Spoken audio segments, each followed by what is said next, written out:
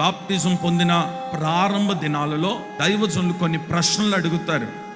అమ్మా, ఎవరైనా బలవంతం చేస్తే బాప్టిజం తీసుకుంటున్నావా, నీ సొంత నిర్ణయంతో బాప్టిజం తీసుకుంటున్నావా అని అంటే, లేదండి, ఎవరు బలవంతం లేదు, సొంత నిర్ణయం. మరి బాప్టిజం పొందిన తర్వాత ఇక పాపము చేయకూడదు కదా, మరి లోకం వైపు తిరగకూడదు కదా, ఏమండి అన్ని ఆచారాలు మానాలి కదా, మరి మాంతవా అని అంటే, లేదండి అవన్నీ తీర్మానం చేసుకున్నాను, అన్ని మానేస్తానండి, దేవునికి ఇష్టముగా నేను జీవిస్తాను. ఇది సమ్మతించి ఒప్పుకొని అప్పుడు బాప్టిజం తీసుకుంటాను.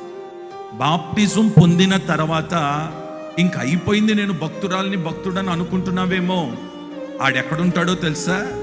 నీ ప్రమాణాన్ని పోగొట్టేవాడు, నీ ఒప్పందాన్ని పాడు చేసేవాడు, నీ నిబంధనను పాడు చేసేవాడు ఎక్కడో ఉండడు. వాడు నీ పక్కనే నిలబడి, ఏమండి లోక సంబంధమైన ఆశ ఇచ్చలు కోరికలు ముందెన్నడూ చూడనివి తీసుకొచ్చి నీ కంటి ముందు నిలబెడతాడు. నిలబెట్టినప్పుడు దేవునితో చేసిన ఒప్పందం చెప్పున దాని మీద నువ్వు విజయము సాధించగలిగితేనే దేవుడు శ్రేష్టమైన దానితో నిన్ను పోషిస్తాడు.